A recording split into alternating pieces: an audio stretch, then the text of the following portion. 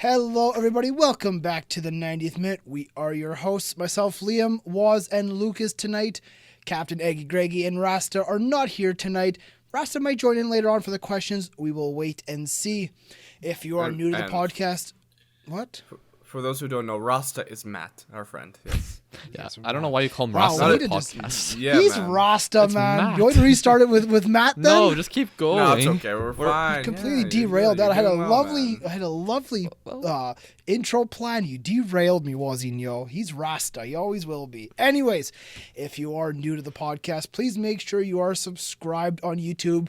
We are very, very close to 8,000 subscribers. We'd love to hit that before the new year. That'd be fantastic. Remember to hit like on this video as well. You know, that helps us out a ton. Comment down below. Get involved with our conversation tonight. Ask your questions. Get to know us. We love to hear from you guys down there. Now, if you are checking us out on audio apps, Apple, Spotify, whatever you listen to us on, thank you very, very much. We've had fantastic listeners over the past few weeks. Our numbers are going up. It's fantastic support you guys are giving us. Keep listening, keep sharing, keep helping us get our name out there. Also, TikTok, we hit 100,000 followers on there. Mental. We made our own little thank you on there. But if you're listening on here, thank you very much for that. Before we get into the football quickly, we got a few more little housekeeping things. Happy holidays. Merry Christmas. I know we missed that. We're in between the holiday season, but hope you guys had a safe holiday season with whatever family you had and whatever. Hopefully it's good for everyone. And yes, if this may or may not be our last podcast of 2020, we may release something special for the year end, so keep an eye out for that. So that'll be fun to do. Ultimately, though, thank you for 2020. I know it's been a crazy year. I mean, we're here on Discord rather than being all together. I mean, the whole world has been thrown around. However, 2020 for the 90th minute has been fantastic. Your support, your continued love has been fantastic. We say thank you. We say thank you. The three of us and Greg and Maddie, thank you for checking out the 90th minute. Now, let's get into football, man. Let's get into what everyone's here for. The Premier League we're going to kick things off with. We're going to start in the Saturday matches this time. There were some good matches there, some great results. We got to start with one of the more shocking results, a relegation-threatened side beating top six opposition. Arsenal, they win 3-1 over Chelsea. Bit of a shock. I honestly think no one really predicted this with how Arsenal's been playing this year. We did our live stream for this match, and we had predictions in the chat. 2-0 Chelsea, 3-1 Chelsea. Not many people predicted Arsenal to get a victory. I mean, maybe a draw, but Arsenal, they looked good. They played a different team, different style. This looked like a much different Arsenal team than we've been used to, just in terms of attacking presence, I think. I thought they were great going forward. It just seemed like a different team. This isn't the team we've been used to watching this year. They seem quicker. They seem more aggressive on the attack. Yeah, they seem like they actually wanted to play football. They actually wanted to go for it. Now, I mean, ultimately, two of their three goals were from set pieces, a penalty and a free kick, respectively. However, if you're Arsenal, right now, you're taking any goal you're given. You take any points you can get. So the penalty, I mean, Lacazette steps up, scores his penalty. It's a good spot kick. Then Granit Xhaka, in our live stream, I went, why is Xhaka taking this free kick? And he steps up and produces an absolute banger. So you know what? Yeah. Hey, I can say, hey, I was wrong. But I think we should pull it back before the free kick. And that penalty, I don't think that was I'm sorry, that was not a penalty. Why not? Reece James, come on, he barely touched him. It was barely. He stood on his heel, man. Did you not watch the highlight? Come on, that's not a penalty. I watched the game live. I was actually part of the live stream. You were the one still in bed. I think many people would agree that was not a penalty. Even the commenters said it was not a penalty. I think Lucas, it was a penalty. Think? Lucas, goes your thoughts. It was a soft penalty. It was a penalty. It was a soft penalty. I think you do have to remember, sometimes when you're playing the game and you're running at a high speed, even the smallest of clips can bring you down. I think. But it's like I said in our live stream, it's very simple. Kieran Tierney was the player that was fouled. Kieran Tierney is Scottish. Scottish people don't dive. Well, so no. That's like saying English players don't dive. Yeah. No, they do. They're English, of course they do. Everyone dives. Liam, Look, I think it's a soft penalty, but with was everything, soft. with how the league has been going, that's what's been given so many times in the past. He stood on the back of his heel. That made him start to lose his balance, and there was a contact on the back of his leg that finished it off, and he went down. I think that's a penalty. Either way, Reece James was caught on the wrong side. Rather than being goal side defending, he was on the back trying to track in. Ultimately, Reece James is on the wrong side there. No? Yes? I just think it was extremely soft. Your club benefits so much from penalties. I don't know why you're complaining. I mean, why can't they? I'm not complaining. I'm just giving my opinions on the penalty. I thought it wasn't a penalty. I thought it was silly. But it is what it is. And Granit Xhaka scored. Look. If I'm a Chelsea supporter and that happens, I'm pissed. I'm extremely pissed. There are moments where you can say, oh yeah, there could be a penalty if it's a rash tackle, but that's the way he fell. It was Right before halftime, Granit Xhaka steps up with a free kick, fantastic free kick, curls it almost into side netting, beats Mendy, beats the wall, puts Arsenal 2-0 up at halftime. I don't think anyone in Arsenal expected to go into the break 2-0 up. Chelsea were a little shell-shocked, I think. They didn't perform well. Chelsea really did not perform well, especially going forward. They didn't have many shots on target. I mean, if we look ultimately at the statistics of the match, let me find that. Chelsea, they ended up with 3 shots on target to Arsenal's 7. So, I mean, I think that says a lot. I mean, Arsenal were a lot better in this match. They deserved the 3 points. Oh, 100%, I think. Yeah, I definitely like that Arsenal, like you mentioned, changed how they played. Actually gave some of the younger players a chance to perform. Like, they put Saka higher up the pitch. They played Smith Rowe through the middle, Martinelli on the left. I think Saka's goal was great. Did he mean it? It was strange, but you know what? I liked it. It was class. And according to Saka, he meant it. He saw the goalkeeper out and he put it in. So if he did that, fair play. He got man of the match. Goal. Like I've been saying, Bukayo. I can't say his first name right now. Saka. He's been one of Arsenal's best players this year. You know, he's one of the players that's playing for the badge. He is 100%. So they brought in Emile Smith Rowe. He was all right. He got an assist in this match. Honestly, I'd rather see like these younger players playing than Willian or some of the players 100%. We've been seeing playing. Players this who season. just don't care. Yeah, 100%.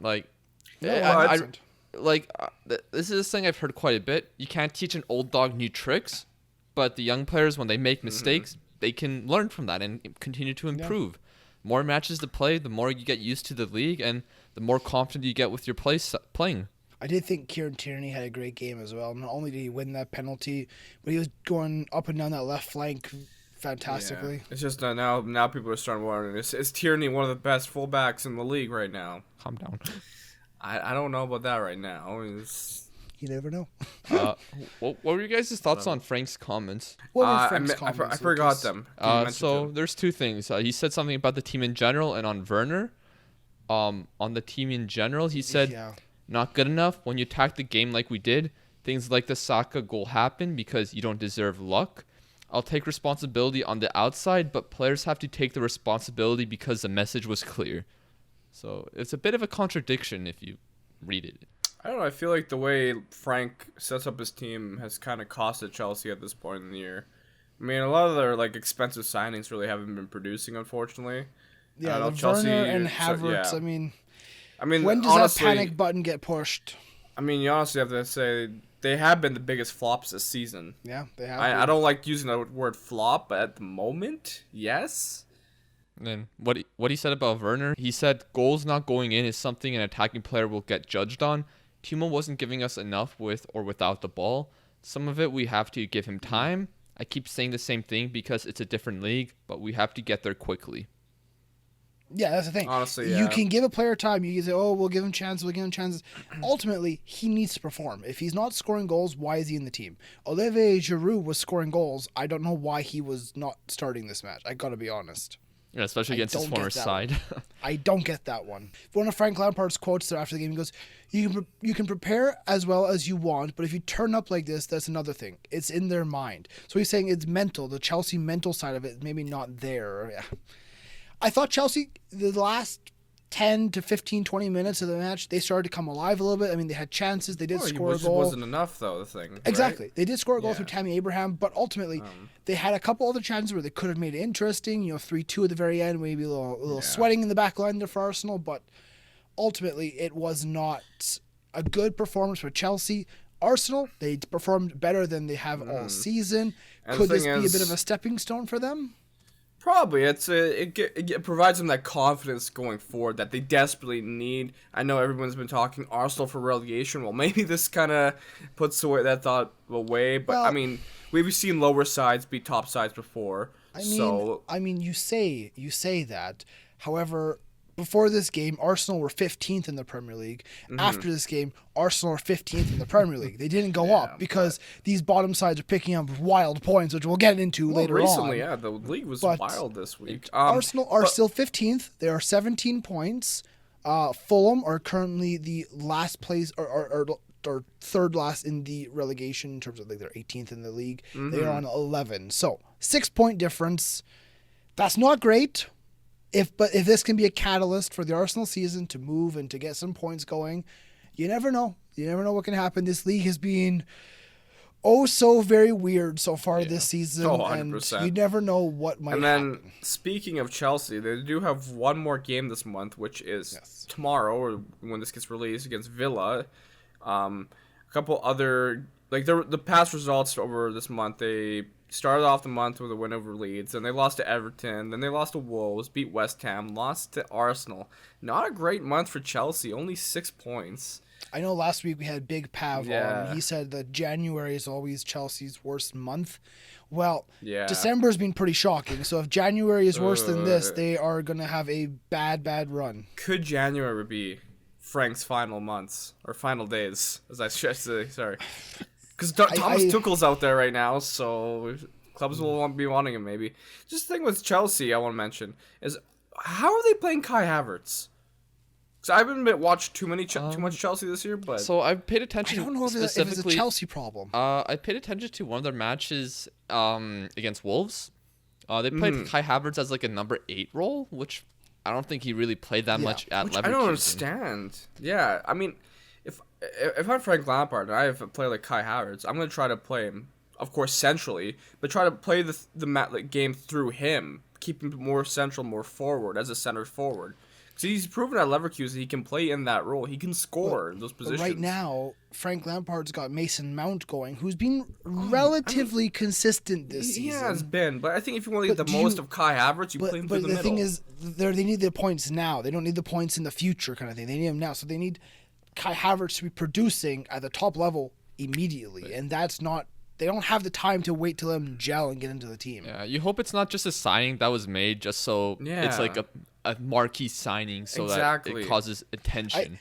I keep seeing tweets of people saying, "Oh, the reason that Bayern Munich did not sign Werner or Havertz is because they knew they were flops." I was like, "That's a bit harsh." I gotta be honest. I don't think that's the reality. The way Kai Havertz played for Leverkusen, he was exciting to watch. He was great on the ball. He can get his vision is spectacular. Here's the facts: Bayern Munich wanted Kai Havertz, but they weren't able to afford him because they bought Leroy Sané. So they were, if they were going to get Havertz, they were going to wait until next summer. But Chelsea stepped in. Which, I mean, let's be honest, Leroy Sané is not a half bad signing to make. Can I be honest? Bayern Munich. Can I be honest right now? I wish he went to Bayern.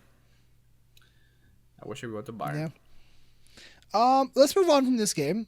Let's continue the Saturday fixtures. Wazinho, I know you woke up at 5:30 Western Time, Canada here, to watch Leicester City versus Manchester United. The question is, are you happy you woke up, or were you a bit disappointed? Okay, I'll be honest. I was quite happy just because it was a fun game to watch. It wasn't boring. It had its moments. But I'm not happy with the result. I'm not happy. I'm not happy with the draw. I mean, the 3 points were there for us, and I think a lot of people are going to blame our defense for the result. I mean, yes, but, I mean, credit to Leicester. They scored some nice goals. The winner from Barty, I mean, that was just a great cross from Ayoze Perez, I think it was. Mm-hmm. A lot of people were... Right? Huh? The equalizer? The equalizer. Yeah, the equalizer. Yeah, my bad. I actually woke up. I woke up in the middle of the night. I was like, it's like 6 a.m. I'll toss on the United match while I'm in bed. That's middle of my Well, night, okay? like I was saying, so I mean, yeah, I watched that final goal go in. I was like, you know what, Leicester have been well. The ball into the box from Perez. I think it was Perez. It was fantastic. I think it was, yeah. There was a lot of speed on it, so it was hard for McGuire to clear it out. A lot of people blame McGuire for that. I don't know why. I mean, he was a bit slow on the turn. Yeah, he was, but I mean, but I don't think it was his fault. Yeah. Harvey Barnes scored a fantastic goal, I thought. Actually, no, funny enough, yeah, it was Axel Twanzembe own goal. Yeah, it kind of deflected off him. Oh, it did. It went off his thigh. Yeah. Okay, yeah, my bad. I'm sorry, it was so early in the morning, so my mind's a little foggy. But yeah, Harvey Barnes with a nice strike for Leicester. So I'm gonna give credit to Leicester. They progressed well. I thought United, we should have won this. Marcus Rashford had some clear chances that he should have put away. That's the one thing I saw a lot was thing. People were upset at Rashford. He missed a few sitters, I guess. Yep. I didn't see his goal. I did see the Bruno Fernandes goal in the 79th minute. It was a well-worked play. Edison Cavani, he received the ball. He turned well, poked the ball through. He beat the line, the offside trap. Fernandes slotted it home as he comfortably does. And honestly, I that goal went in 79th minute. I was like, okay, United are gonna sit back a little bit. They're gonna defend more, and they're gonna win this game. But it didn't take very long. It took 5 minutes, and they go to the other end. And yeah, like I said, great ball in by Perez. Jamie Vardy's there, right on the spot where Jamie Vardy is gonna be. He connects very well with it. I knew he was gonna be a threat, and 100%. I found it interesting how United were lined up this match because we did like a 3-4-2. It was interesting. It was like a 3-back formation with Luke Shaw on the left. I don't know. It was weird. Yeah. The Premier League website has it as a 4-2-3-1, but when I woke up, it was like a 3-4-1-2. I think I can't remember. Yeah, I don't know. I think Leicester took advantage of you guys' wide areas quite often. Yeah. Like it was so easy for them to make balls in behind, and then Justin or Castagne could get in behind. Justin was great. I thought Yuri Tielemans was great for Leicester as well. I know after the game, Brendan Rodgers was very happy with the result because he said ultimately he would love to 3 points, of course, but he was happy with the mentality of his club, how they were down, they thought the game was over, but they could fight back, and they got the draw. So I think Leicester will be happy with a point. I think United will be happy with a point to an extent. Yeah, but they would have liked that 3 points a little bit, closer to Liverpool, closer to the top of the table. But, I think a draw was the correct result here. Do we agree with a draw? I think so. I'm not surprised. I was glad that United once again started on the front foot. They got the first goal of the game by Rashford. I was kind of like surprised on how Bruno kind of poked it to Rashford and he just finished. Yeah. I was like, thank God. Did he mean to do that? I think, he would say so, right? Yeah. And you're currently on a 14-match away league unbeaten streak. You've won 11 of those 14. Your longest ever away streak is 16 matches. That was back in January 2011. So you might be beating that record soon. You never know. Yeah, we've actually been doing very well in the league. A lot of people have actually kind of ignored that, it seems, because of the way we performed in the Champions League. It's kind of covered that. I know at home we haven't played well. Interesting quote from Paul Scholes. He said, Bruno Fernandes, he's better than me. He's different than me. He scores more goals than me. He creates more goals than me. I'd like to play with him. Probably behind him would be all right, but no, he's been sensational. Big difference. He's transformed our club. Signing for your club. I think he's been the biggest. I think he's been the best United signing since Van Persie in terms of sheer influence. In terms of yeah. It's a shout. Yeah, it's a shout. Now, I'll be honest. I don't think any side in the league has been playing very well this season. No, I agree. Well, results-wise, which is great because there's going to be an actual title race this year. No offense to you, Lucas. Well, I know you ran let's away, go through, but I want to move this on to I think a team that actually has been performing very well this season. Aston Villa. They get a 3-0 victory over Crystal Palace. I just want to say one quick thing on Leicester. This team looks real. When I watched them, they looked exciting. They don't I think they can definitely be challengers for the top 4. A lot of people have been asking me, what do you think is going to be in the top 4? And I put my predictions out, but I honestly don't know how the top 4 is going to shape up this year. But a lot of people are seeming to ignore Leicester because they have been playing well. Harvey Barnes is on fire. James Justin's been great. James Maddison and Vardy. This team is for real. I think Brendan Rodgers, he's got his players fit. Let's see how far they can go. Last season, they just capitulated. They fell apart at the end. So. Yeah. But let's move on. Well, too bad they did have a bunch of injuries. Yeah. But Aston Villa, they have performed well this season, way over, I think, majority of people's expectations. They get a 3-0 victory over Crystal Palace. Yeah. Palace are in very bad form to end 2020. Of course, they 100%. lost to Liverpool 7-0 their last time out. Defensively, they need to figure something out because if they continue to concede like this, they're gonna struggle to win many matches. For Villa, though, great result, great goals, good Not 3 even points. that. Tyrone Mings got sent off at like the 45th minute mark, He and for did. Crystal not to get a goal or a chance. Yeah. That's kind of embarrassing. I watched the first half a little casually because I was making breakfast, but Yeah. from what I saw, like Villa were creating the better chances, and definitely deserved to be up 1-0. But yeah, Tyrone Mings getting sent off is just really bad by him, especially the yellow cards he got because he got. And they were both deserving. Sorry. They were both deserving yellow cards. Yeah, like he had a bust up with Zaha, which led to the first one, and then the second one, it was a little soft, but he tripped up a guy on a counter attack, so that's technically most refs would give a yellow card regardless. Fair enough, exactly. Do you want to move on from this game to the next one? I was just gonna mention real quick. I thought Jack Grealish was quality in this game once again. And for those who have not been really paying attention to Aston Villa, to top up the last couple results, the last loss was November 30th to West Ham. Since then, they beat Wolves 1-0. They drew against Burnley 0-0. West Brom they just beat 3-0 the last week, and they just beat Crystal 3-0. Yeah. They've been Clean performing sheets very all well. across December. Yeah. And They've been great Watkins just needs defensively. to get a They goal. have. He's so unlucky Honestly, not to get one last game. He should have scored. Yeah. So. We'll talk about a 0-0 quickly. Fulham versus Southampton. I know Greg was slightly happy with a point here Yeah. against Southampton. I mean, he needs to be picking up. Fulham needs to be picking up victories and 3 points. But putting in Southampton's not terrible for Fulham. They have been playing better as of recently.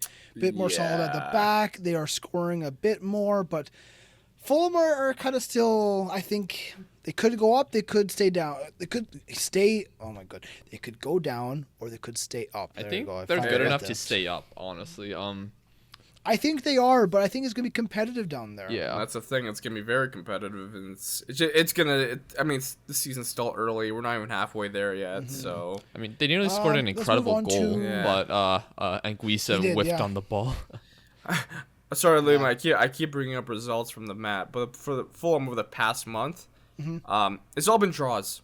Yeah. And their last loss was to City 2-0, and they take on Spurs next. So Fulham supporters, good luck. I mean, Spurs. That's the team we're gonna have to talk about. We'll talk about them very quickly. Yeah. We'll finish up Saturday quickly. Boring match, kind of, sort of. Man City win 2-0 over Newcastle.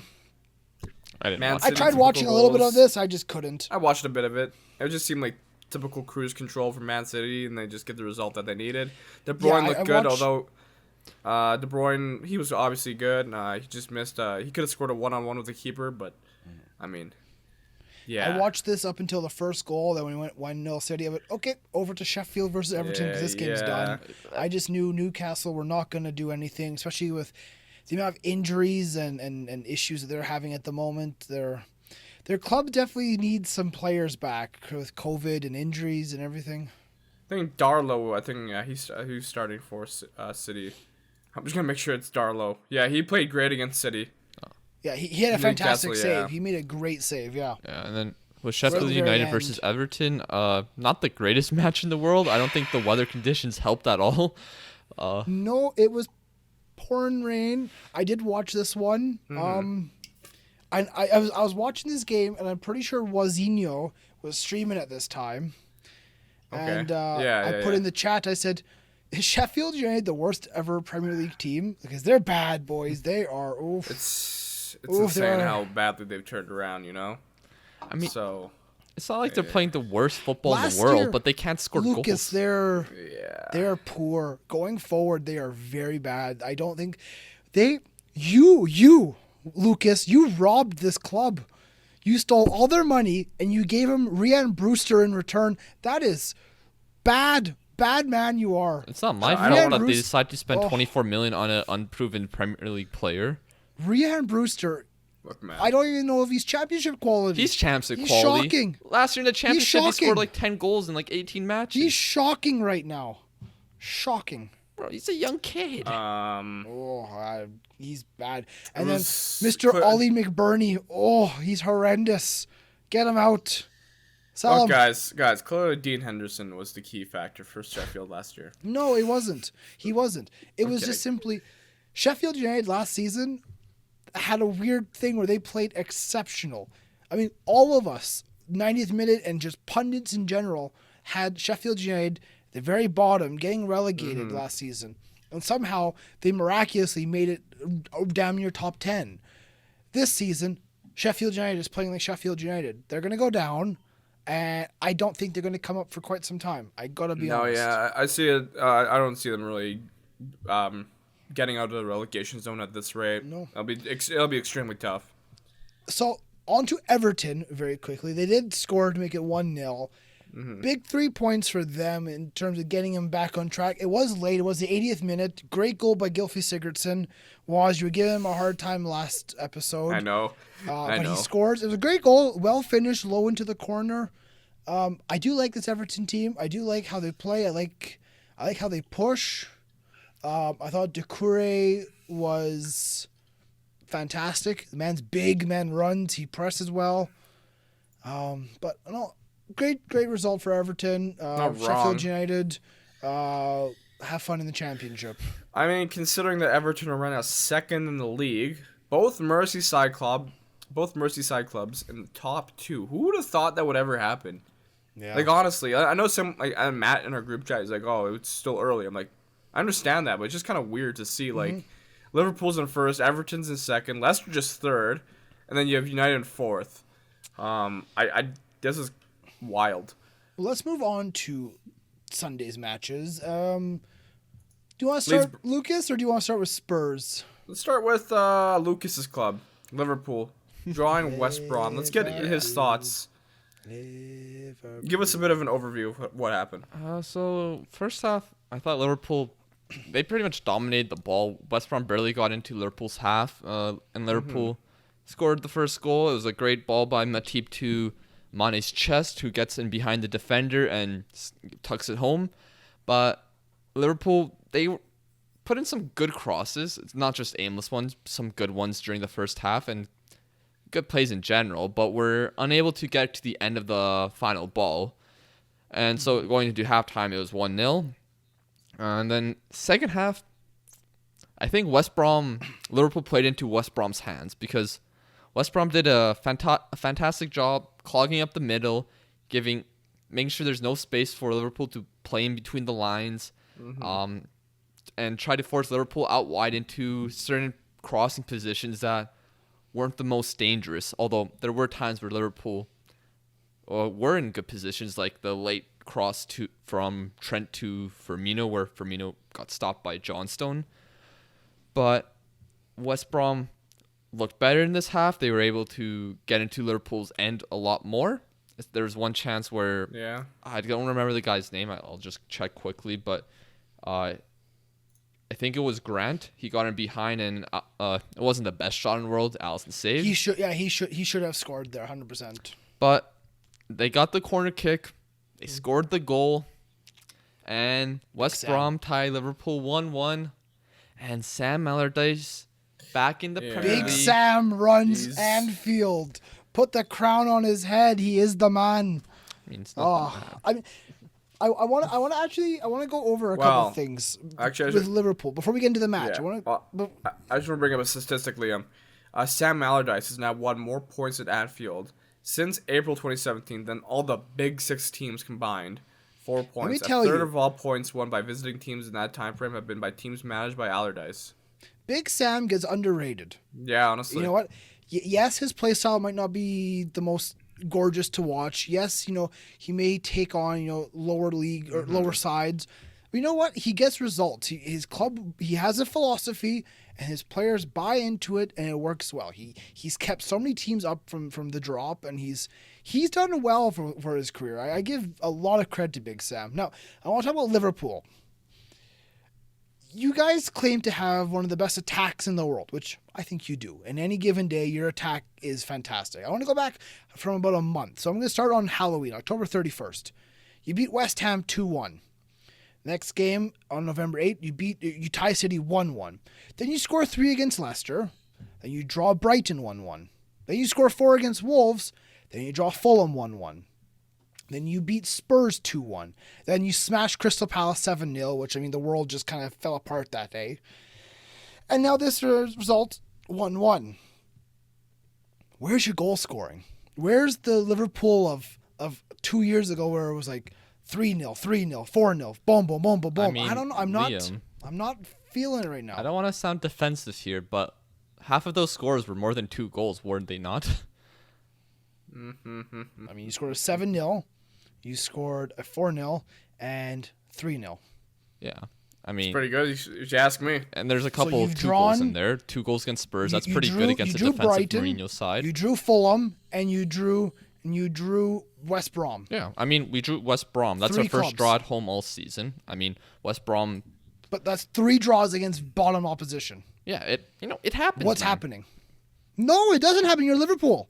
That doesn't happen. You're in a title race. You don't draw 3 happens. times against bottom clubs. I mean, you it smash happens. them like Liverpool did last year. You smashed We didn't these smash clubs. teams last year, Liam. We won literally in like 800 million different ways. And last year I said your attack was not as good as the years prior. I feel like this year it's been better, but in most of the away matches or against the lower side teams, we haven't been maybe as motivated. Maybe Klopp's So gotten are the game you- plan wrong. Is your game plan you're not able to break down these defensive line teams? Is that Not what's even going that. on? It's just possibly the other teams have just been improving. Like maybe there's just chances that we scored maybe last season, like late in games, that we aren't scoring now because maybe we aren't getting as lucky, or maybe the goalkeepers are making good saves, or the defenders on the other teams are in a better position at that moment of I don't time know. compared to last year. Liverpool- I think Liverpool you have to are give in a the lot of driving praise to West seat. Brom. They got their game plan wrong, and Oh, Klopp in the 100%. second half got his game plan slightly wrong. I don't think he was fully wrong, 100%. but he got West certain Brom points deserves wrong. full praise, but ultimately, I don't like. Of course, Liverpool are in the driving seat for this season to lift the Premier League trophy, but I don't think they would be in the driving seat if they were playing like this last season. Well, Well, that was last season. yeah, Now this is this it's a season. different Hey, situation. but you have to talk about it because what's going on behind the scenes at Liverpool? You know why are they not There performing are the way they are? contract issues. Well, there's injury issues. There's several injury issues only recently, Yeah. and then now Matip gets injured again, which is very unfortunate. By the way, great ball by Matip to Mane. That was Yes. interesting. Never like expect. I was going to mention Klopp actually had a quote after the game. It's an incredible challenge to stay active and lively when you constantly face 10 men. West Brom did that for 90 minutes. They deserve the point tonight. We didn't have enough clear-cut chances. yeah, So Big there you Sam go, Liam. runs Anfield. That's all we have to say. yeah. I mean, no. it's fair to it's fair to criticize Liverpool right now in certain aspects, but it's Yeah. not like it's a different scenario to last year. If you're comparing this Liverpool to last year, there's a different desire to Liverpool. Last year, there's a desire Yeah. to win the league for the first time after the season before you lost it by 1 point. And the thing is, even with all these issues, I still think Liverpool are title favorites.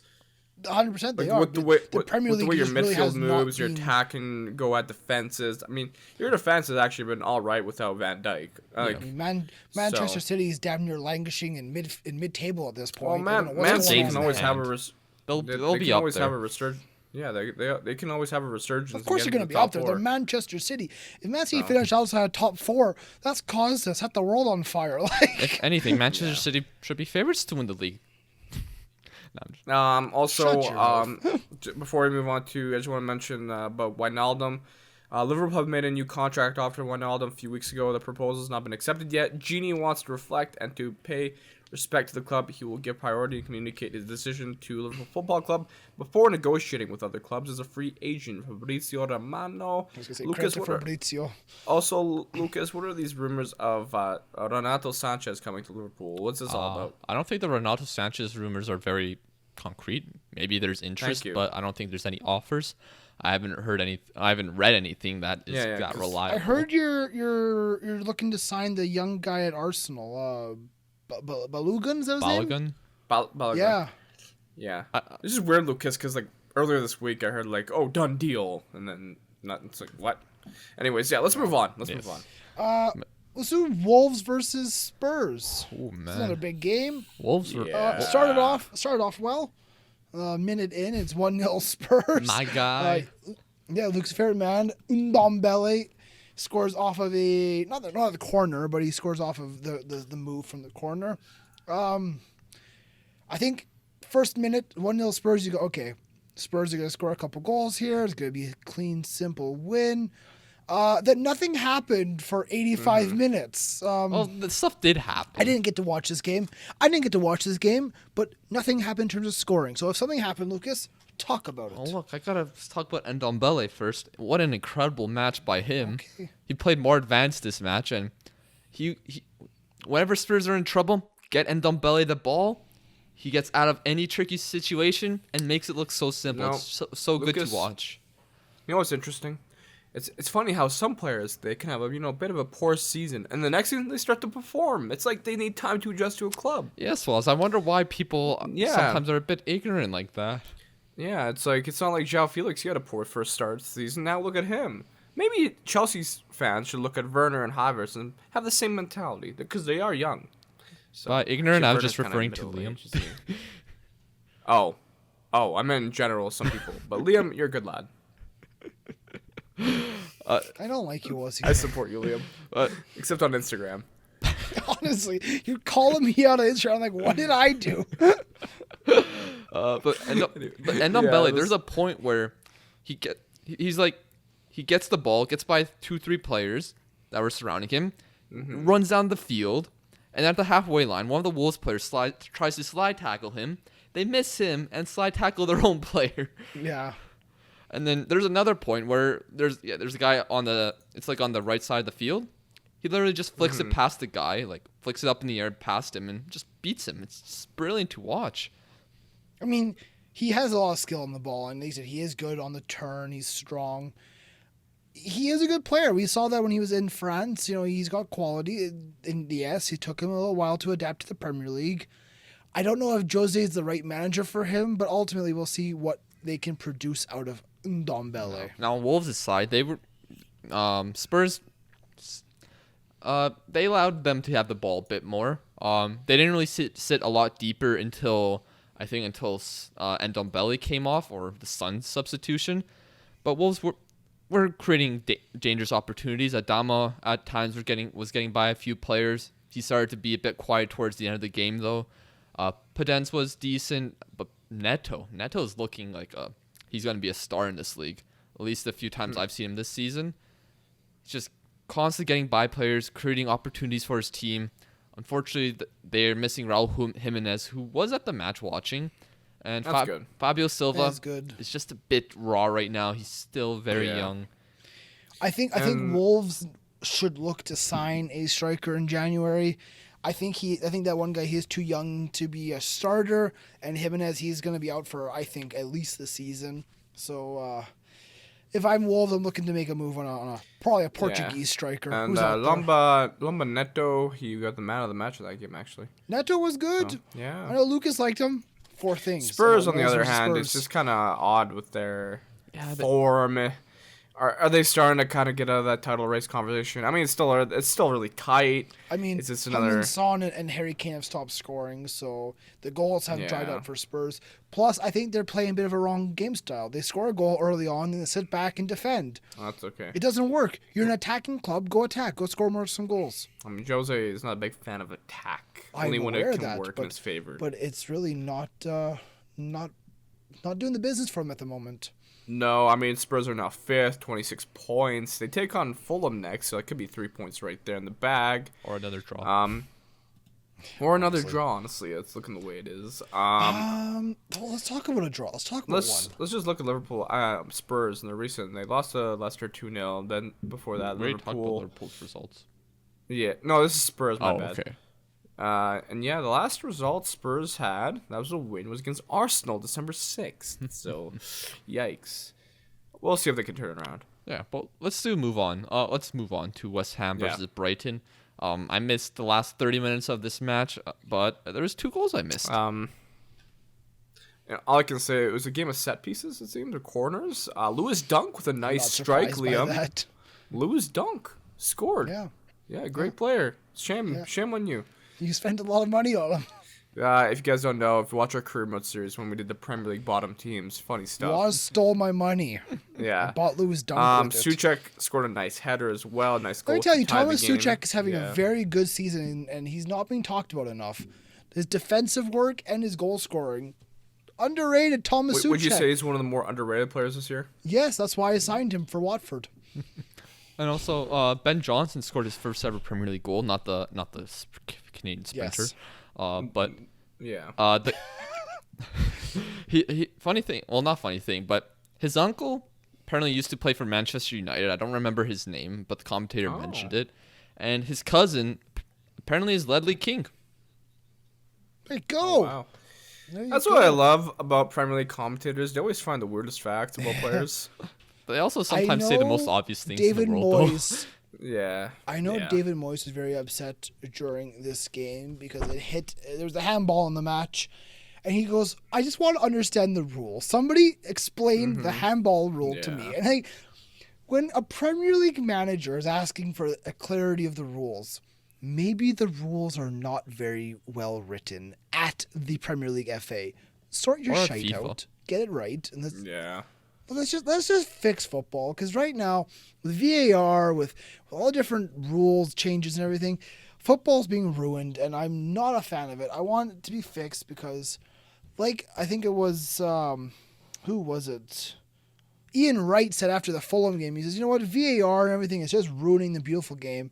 And I agree, Ian. Let's fix VAR. Yeah, 100% agree. VAR has been very controversial, especially in the Premier League. So, I don't know. For some, it's ruining football, and I think it's just the whole margins and fine lines thing. It's like down to the centimeters, which is the worst. I mean, we can talk about VAR forever, but everyone knows our opinions, and we don't like it. And I don't think anyone does. I don't know anyone who does. Let's quickly mention Leeds United 1-0 victory over Burnley. Burnley could feel hard done by. They scored a goal, but the referee blew the whistle right before I think it was Barnes striked it in. And they called the foul on Barnes on Meslier, but it looked like Meslier was actually more so on Barnes. Again, I know Sean Dyche said the referee lost us this game, and yeah, I have to agree. There's some shady, or not shady, but a little shocking refereeing going on. Yeah, but for Leeds, I want to say that Rafinha, he's looking like a top quality player, and I can see him becoming a star in a couple of years here. Maybe that's a bit of excessive, but he's looking really good, Rafinha. Patrick Bamford did score the penalty for Leeds, and I mean, he scores against his former club, which is always an interesting thing to see. Leeds get a good result. I mean, they need to pick up these points against teams like Burnley. I don't know. It puts Leeds, where are they at now? They're 12th. You know what? That's very good spot for them at the moment. For Burnley, they're sitting right above the drop zone. They are 17th on 13 points. They need to get some results going.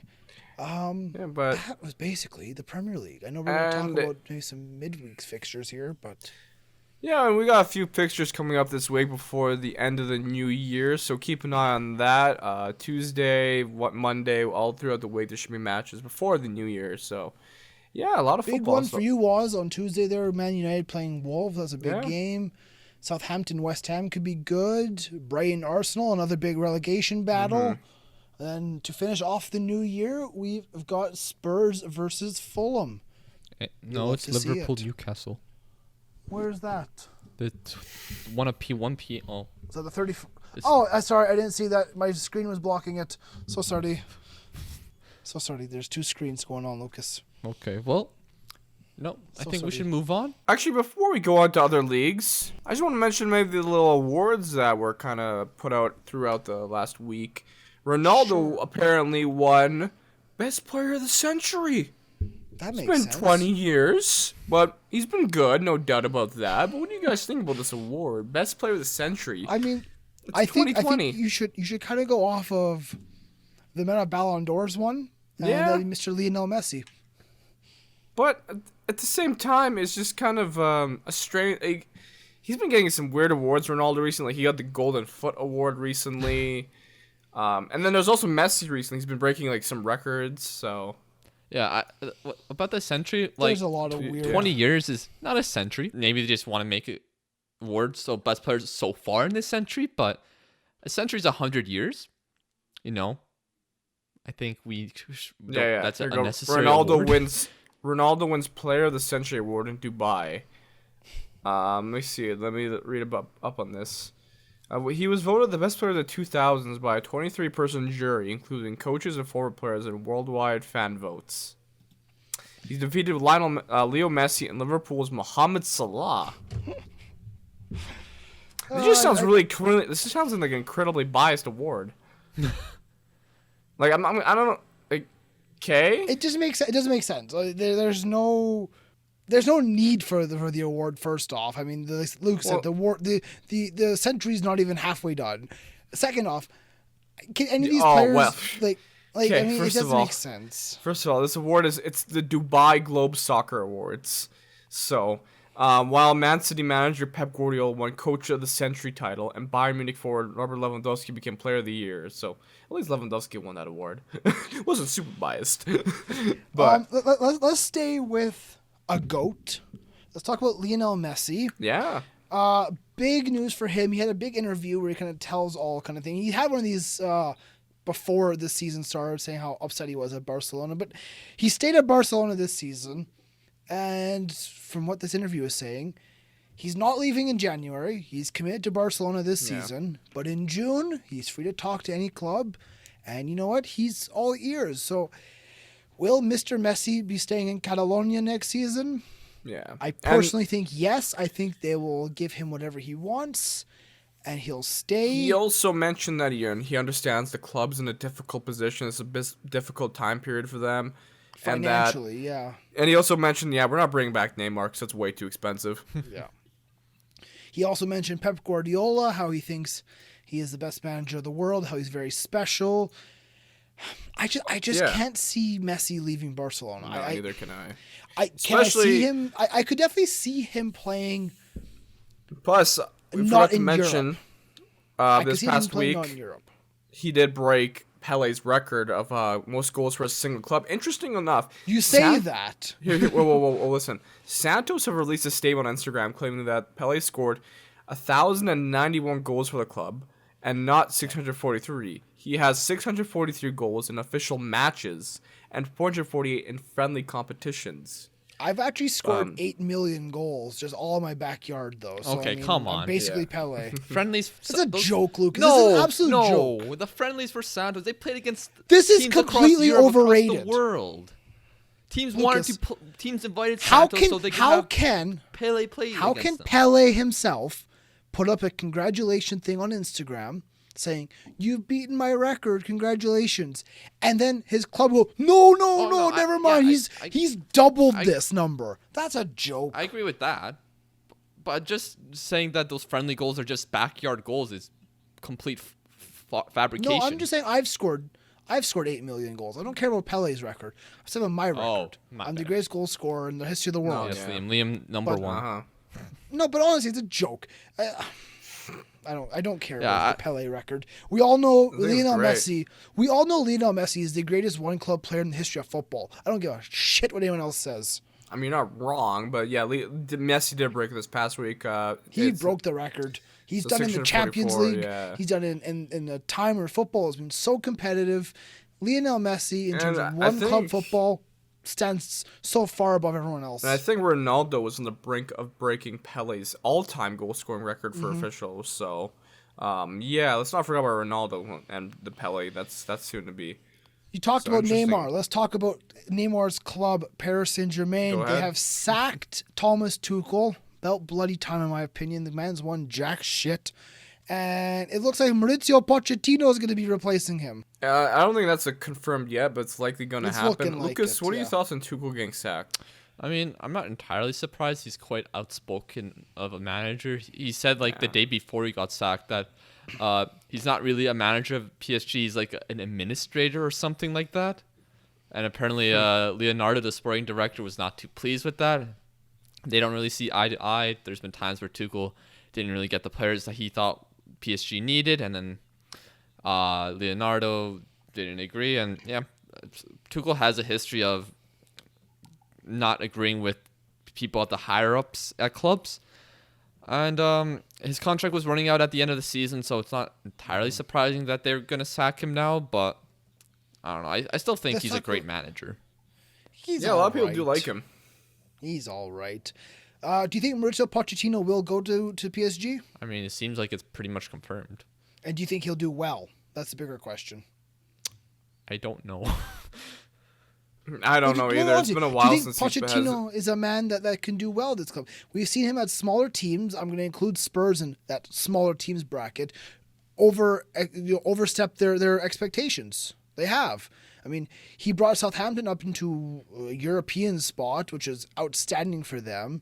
He brought Spurs to a Champions League final and a Premier League title race, which I don't think anyone really expected of him, but he did it, and he got some good players. You know, he did well. He produced talent.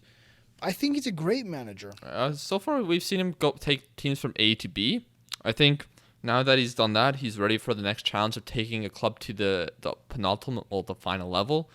And he's think picking up a team that's already at B, I think. Yeah, he is. Kind of similar with Klopp. Well, I think Klopp took Liverpool from A to C, but I think it's important for the manager to take the right next step to from a great club like Spurs to a top club in the world like PSG. I think that's a good step for Pochettino. Hopefully, you can handle the upstairs staff, the expectations, and also players like Neymar and Mbappe. Can he handle big egos like that and handle it? Because in the news recently, Neymar apparently is hosting a 5-day party for 500 people. Hey man, coronavirus doesn't live in Paris. It doesn't happen. Or wherever he is right now. Yeah. We talked about a new manager possibly at PSG. Let's talk about another new manager. Our favorite club in the world, Schalke. They have appointed Christian Gross, the former Spurs boss. He's their 4th manager of the season. Great job, Schalke. Your club's a tire fire. 4th? Oh my God. Yeah, this club's a tire fire. They're still bottom of the Bundesliga. He's leaving Saudi Arabia, where he's been for a while. Honestly, he's had a bit of an interesting career. He's been around. He's won a couple things. I honestly don't know much about the man, but good luck. His picture on the official Schalke website. If you go onto their Twitter account, the picture they posted with him, he looks dead from the inside out. He does not want to be there. He just looks depressed. Like, it's a bit of a shocking sight. Yeah, I mean, but I have one more kind of interesting talking point if you want. Woz. You're a man who loves great club names. Yes. Let me tell you, I have found the best competition with the world's greatest club names. It's the Scottish Cup. Okay. So, all down the different Scottish leagues. There's some great names in Probably. here. I'm not surprised. I'm going through them. The Caledonian Braves, great name. Great name. There's a team called the Civil Service Strollers. Don't know what that is, but I love it. Haddington Athletic. There's a team called Keith. It's just called Keith. I'm gonna support Keith in the Scottish League. Yeah, honestly, I would be down for that. There's another one I liked here. Oh yeah, I liked where'd it go? Bucky Thistle. I think Bucky Thistle's got a good name to it. It's got a good ring. It's just there's some great names here. I was going through it. I was gonna mention one other fun thing. About Messi's little record. Supposedly Budweiser sent like a bunch of beers to all the goalkeeper. Basically what happened. Budweiser basically sent a beer to every goalkeeper that Messi scored against. And some goalies got multiple beers. So shout out to Budweiser for that. I wish I was a goalie now. There's one more team. Bonnie Rig Rose Athletic. Shout out to anyone who supports that team. Send me a kit, please. Send me one of the kits. Donald Bluebell. What great names are in Scotland. Like, I don't know who's naming them, but they're all great. It's all about St. Patrick Thistle. But what the Budweiser thing was... No Saint, just Partick Thistle. Sorry, Lucas? What the Budweiser thing was, I find it funny how people are getting so triggered at Kepa for not even... They said he looked so happy receiving the thing, even though he's barely smiling. And people are just so triggered by that. Cool. Yeah. Like, he's obviously getting paid for it. Buffon had like 2 or 3. He was like, yeah. So apparently Diego Alves Diego Alves is getting 21 beers. Casillas is getting 17. Diego Lopez, 14 beers. Who else is on this list? Beto and Juan Carlos. Some Keylor big names on that Navas. list. So yeah, Some very big names. Yeah, but like, Kepa is only getting 2 beers, so it's not that big of a deal. people are getting so triggered by him. I don't know what's with people with that. People just hate. They love to hate Kepa. I don't know. People Before hate we get Kepa. into questions, quickly, I know Woz wanted to mention a Serie A match. Yeah, no, AC Milan versus Lazio was exciting. Watched the highlights of that game. Great goals, entertaining fun. Milan end the 2020 at the top of the Serie A table with Inter just behind them. Serie A is going to be fun to watch in 2021. Keep an eye on it. Milan can finally dethrone Juventus. Juventus are now 6th with 24 points. Holy shit, they're 6 and 24 Yeah, points. because they had 3 points retracted because their original 3-0 victory over Napoli was retracted, and now they're going to have to replay the game because originally it wasn't played, and Juventus were giving a 3-0 victory. There's more to it. I won't get into it. He won't get into it.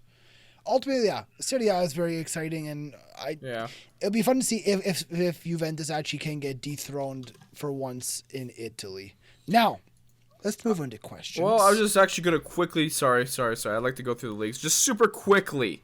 I'm going to mention Ligue 1 right now because it is interesting. Lyon is at the top of the table with Lille in 2nd, PSG 3rd.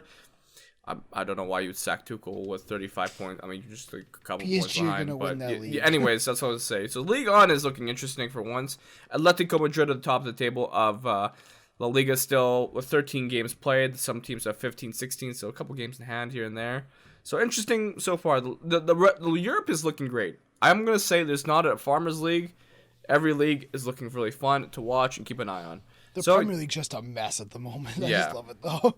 So let's move on to questions. First question. Best commentator. Ooh, this is one I think we're all gonna like. Personally, for me, it's gonna be Martin Tyler. Martin Tyler's been iconic. 100%. I mean, he's had such big moments Yeah. in history of football. Lucas, for you? I would say for me, it's Peter Drury. I really enjoy his commentary, especially good. during the World Cup. I also have to consider Ray Hudson. Ray Hudson. Ray Hudson. I know some people find him annoying, but I just enjoy him getting so passionate about the game. Yeah. Hey, he follows me on Twitter. He follows you guys on Twitter, yeah. He follows everyone back, though, but shout out to Ray Hudson. Yeah, he's a great guy. I know there's a lot of, Hispanic commentators out there that are pretty iconic. I can't really name them. The Saudi Arabia ones. I know... Yeah, Poland actually has some good commentators. Yeah. The guy who commentates for the Polish national team is awesome. I wish I knew his name, but I love listening to him. Just get so passionate with the national. Bruno Fernandes. It's like, oh my god. The FIFA commentators. Oh, what's his name again? Sorry. Lee Dixon and. Oh, Lee Dixon. Lee Dixon, mate, you're great. It's just I understand you try to pronounce every name properly. It's a little much. Bruno Fernandes. There's nothing wrong with that. No, it's not. No, I respect. As someone who took broadcasting, I respect him for that. So. There you go. Can I give a shout out?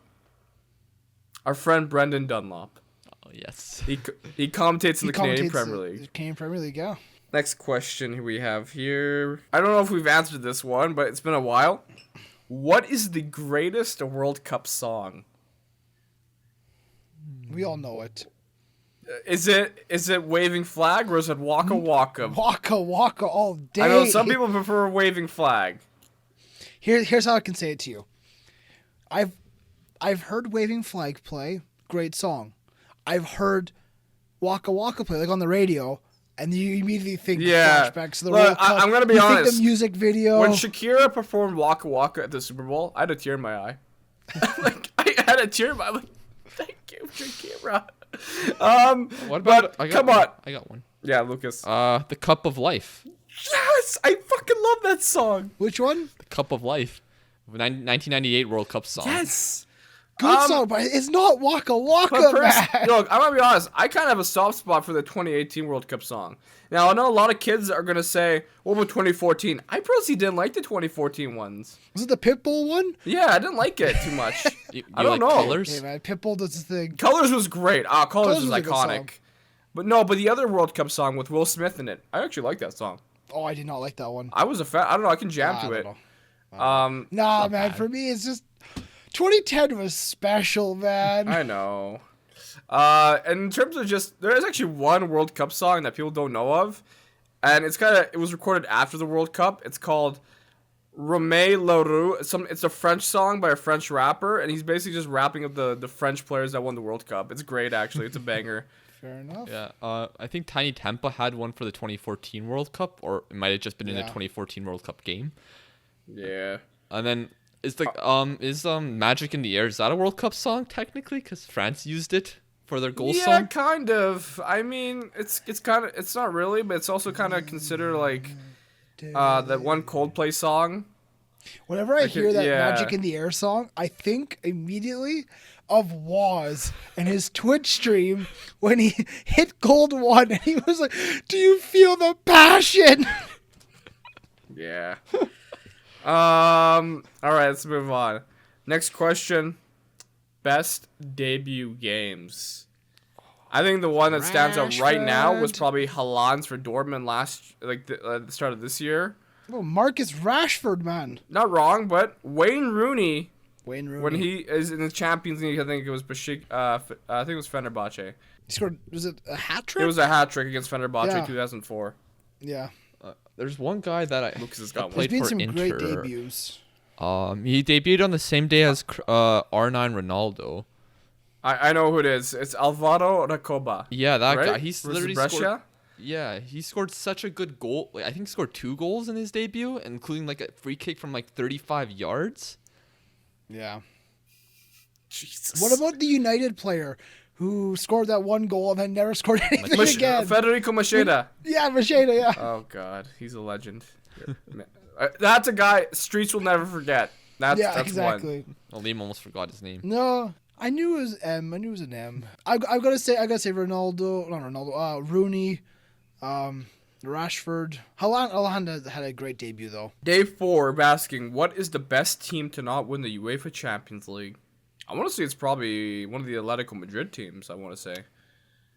You could say that Atletico Madrid team. You could also say Arsenal's team in 2006. Or Yes. Yeah.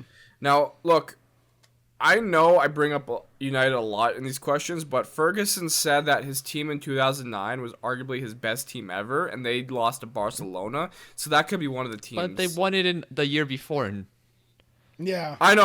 I'm just saying that's what Ferguson said, and he said that was like my best team ever. So I'm just gonna put that out there. Bayern in 2012. I know they won it the year after, I'm but not- Borussia Dortmund that year was hella No, good. but the question is a team that's never won it. Not that they got unlucky in one year; they never won it. Yeah. So yeah, Right? Atletico Is that Madrid, the question? Arsenal that one year. Borussia Dortmund 2013. Yeah. Um, Best team to not win the Champions League. I mean, Dortmund did win it in like '98, I think. I think So PSG, they're a very good team. the Juventus side with Pirlo, Vidal, Pogba midfield with Tevez up front. yeah, great that was a really team. good team. Unless we ask that question in 2 parts: the best team to never win it, or the The team most that unlucky teams, kind of thing. Yeah. or team that was really good but they just came short in the final. Yeah. So that's like a 2-part question. Feels. What do you guys think? I don't know. Well, Manchester City. I mean, they didn't even haven't get to won the anything. final. Exactly. They're a good team that's never won anything. I mean, realistically, they should have not won sure the if- Champions League, probably with the team sure. they have, but they blew it. Bottlers. If you had the chance, what football player? This says soccer player, but we'll use football. Would you be and why? Or which team would you coach and why? I know we talked about what team could we coach. I know that. I know we've talked about that one before. What football player could I be? Like, if I could replace that person? Yeah, I guess, or just be in their shoes. I know a lot of people are gonna say Cristiano Ronaldo or Messi. I mean, Ronaldo. The first name that comes to mind is a bit of a weird one. David Beckham. Great career. Yeah. He's well respected, and he's done so well for himself outside of football. I know I'm gonna sound like pretty biased here, but I'm gonna go Robert Lewandowski because he's basically living my dream of being, on the Polish national team, or Alphonso Davies, one of the two. because hometown player, and then the guy who for Poland. So doing everything. Basically, those are the two players that are doing everything I've dreamed of in football. Jamie Vardy to an extent, Yeah. because he's played every level of football. He's worked his way up. It wasn't like he broke onto the scene as a 16-year-old. He had to work at it, and I respect that. So that's the name that comes to my mind. No, I think David Beckham for me, because he did well in the game. He played at some huge clubs. Then after his game, he did well outside of football, and now he's owning a football club, which is brilliant. Lucas. Plus, he's married to Victoria Beckham, which is not half bad. I mean, if that's the case, Gerard Piqué also doing okay. Messi's wife is there, but that's a topic for And Lucas, go ahead.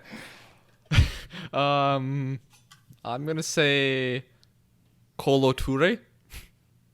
Okay. What a weird man to choose. Why Kolo Toure? Because he was a great footballer, He was. You're not wrong. and he also played for my favorite club at one point, and played in World Cups and things like that. Yeah. But he's not too big of a star where his day-to-day life is nuts, where he can't even breathe when he goes outside because there's so many people around him. And he continues his footballing career as a coach, which is great. But I want that, Lucas. I want the cameras in my face. I am the man you want to see. Also, if you're Kolo Toure, you're constantly in your brother's shadow. So? Like, Something like Kolo Toure Whatever. other than being a brother with someone. That was just the only name that could pop into my head for some reason. Kevin Prince Boateng. The most disappointing player. Ever? I mean, just I guess whatever comes to mind. Can I be honest right now? Anthony Martial. Ever, though? No, but right now he's kind of disappointing me. That's a big... Oh. For me, I got two names. Aquilani is one because we paid a lot of money for him after Xabi Alonso was sold, and he came injured and did not play well for us, and there was high expectations for him. And another one was Balotelli, because Balotelli, Well, he had his ups and downs, but I thought he'd be able to come to Liverpool, stay focused, prove the Can I doubters bring up a wrong, couple? and he was replacing Suarez, but I was too optimistic for that, and I was probably thinking too much about 2012. I'm gonna go to Spain. Eden Hazard right now. Luka Jovic. Ever, though? Antoine Jovic, Griezmann. Antoine Griezmann to an extent. Felipe Coutinho. There's been a couple of players that have gone to those two clubs that have been very flat. Right. I mean, I know this. I still gotta give them time. Griezmann's performing better, but I mean, I'm gonna throw a bit of a weird one here, because I'm gonna say it from my club's point of view. Celtic signed a center back named Marvin Comper, a German center back. We paid decent money for him. He made 0 appearances for Celtic over, I believe, 2 or 3 years at the club, constantly injured, and then we sold him for free. I think he retired within 6 months. The man did literally nothing at Celtic, and that was something that I thought he was going to be a very good center back for us. And he, I mean, for United, I'm gonna bring up another United. I guess Memphis Depay was kind of, I mean, you could say Ousmane Dembele, but played a injuries good aren't really team. helping Yeah, him Ousmane out. Dembele didn't help him. He has one debut. He's played a game for the German national team, but he can't play a game for Celtic over 3 years. One player that I count was Kevin Campbell when he was at Dortmund. I wouldn't say that wouldn't be the most So- disappointing transfer ever, though, or player ever. No, but Maybe when Gonzalo Higuain went to AC Milan. I was watching back one of my old videos on my Yeah. channel, and when I was talking about AC Milan getting a Gonzalo Higuain on a loan, I was saying he's gonna score like 15, 20 goals for them, and he ends up leaving halfway through the season. I mean, in terms of like disappointment, each fan's going to have their own definition of what disappointing is, whether it's a striker who's not scoring goals or a player who doesn't make an appearance even for your club. I mean, or you could say, like the Ousmane Dembele's or the Hazards, where you pay a lot of money for them and they don't perform at a level that they are. I mean, each fan's going to have their own definition of disappointing. all right. So let's get to YouTube questions. We got a couple. First one from It's Logical. Thoughts on our boy Alphonso Davies being named to the FIFA 11? Well done, Alfonso. We're very proud. Brilliant. Honestly, incredible. Yeah, we never thought. I mean, I never thought he'd get to this stage this fast. I knew he had potential to become a great player, but to be in a FIFA 11 at his age is incredible. I mean, I know some will say Andy Robertson. I watched Alphonso Davies play for the Vancouver Whitecaps. I went to go see a game and he played, and he was very good, 100%. Then a couple months later, he gets announced that he's making a big money move to Bayern Munich. And I remember talking to my dad, going, "Oh, okay, he'll probably get loaned out, or he'll play for the second division team." And he gets thrown into the first team, and he performs outstandingly. Well, here's the thing no with one Davies. saw it coming. Originally, he was always a forward, a left attacking mid. Now he's a left back. So I think what he does is he has those qualities of an attacking player, and he mixes with the qualities of a left back that needs, and he's just so good going forward as a left back. No one saw it coming. Yeah, that he would start and he'd be playing all these. Like the fact that he's even in the conversation for Team of the Year is great work incredible. ethic. First North American. Yeah. I'll give a shout out to Christian Jack though, because I remember listening to one of his podcasts during the Gold Cup where people were complaining about Alphonso Davies playing left back for Canada. He said if he plays his career as a winger, he may be a good winger, but if he plays as a fullback, he'll be world class. Fair enough. That's perfect. Christian Jack is a football pundit here in Canada. He's one of the top guys. I like him a lot. Maybe one day we might have him on the 90th minute. Actually, we could probably get him on. Kind of in the works. I gotta be honest. But yeah, credit to him for seeing that, because that's one hell of a shout. A small question. I think we've answered this before. Who's the best football player out of you guys in the podcast? It's likely Matt, then Lucas, then Liam, then Greg, then I. No, I'm Liam, you lost. Liam, let's be honest here, man. You were only good in the youth level. Wow. Well, Zinho, the question's this: when were you ever good? I've never said I was good. I was always kind of like subpar. Yeah. So I had my moments there, big man. And I think here's a question. The funniest goal celebration.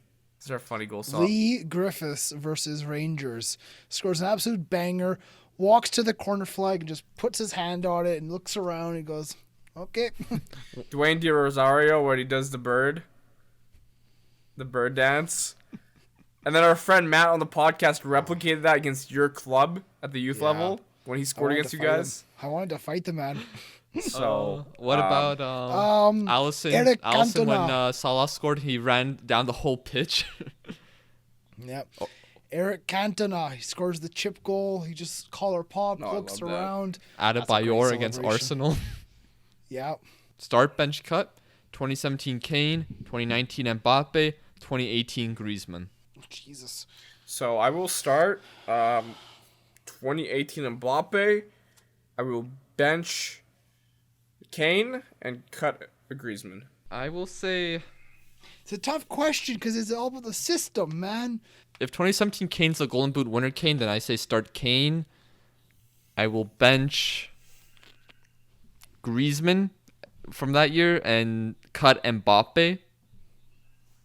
But that's just based on the form of the season and for that one season only. I'm going to start Mbappe, bench Harry Kane, and cut Griezmann. I think. I don't know. That's a tough question. I don't know. I feel like I'm going to regret that answer in like 2 seconds. But they're so different. They're so different. And all three of those are very different strikers. So you can't compare them. And different periods of time as well. And just the team around them. Like, would Mbappe score that many goals if he was in Harry Kane's spot? Who knows? Someone asked if Lamptey's now overrated. I don't think so. Kyle Lamptey, the fullback? Yeah. No. If you could see any two footballers, past or present, be put in a ring and fight 12 rounds of boxing, who would they be and why? Jesus. What a question. I'll go Roy Keane versus Akinfenwa. You're half right. Because I'm going to go about this in a complete different way. What would I think would be the funniest fight in the history of the world? Akinfenwa versus Peter Crouch. I think that would be that'd be funny. I'll go Yap Stam versus Zlatan. Yap Stam versus Vidic.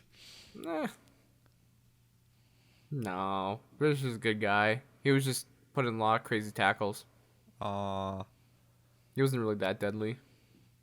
I don't really know what to answer, I'll be honest. But I think your guys' answers are sufficient enough. Yeah. I'll just quickly mention Daddy Smack's comment saying Chelsea versus Barcelona second leg wasn't a robbery. There's more to the comment, but we are running out of time for this podcast, so that is something that would take a lot of time to delve into. So apologies for not answering that. I did answer it he was on the live stream, and I did talk to him in the live stream. But I think we're gonna wrap this up. It's been going very, very long. I hope you guys have enjoyed this podcast from the three of us, Rasta, Maddie, and Greg, wherever they are. We also greatly appreciate you guys for tuning in, watching, and listening. Thanks again to all audio listeners. We thank you for your support. Remember to like this video. Remember to comment down below. Get involved with our conversations. Ask your questions for next week. Hit that subscribe button. Help us get to 8,000 before 2021. But from all of us here at the 90th Minute, thank you for tuning in. Thank you for watching and listening. This has been yet another week in the beautiful game, and we will see you next time.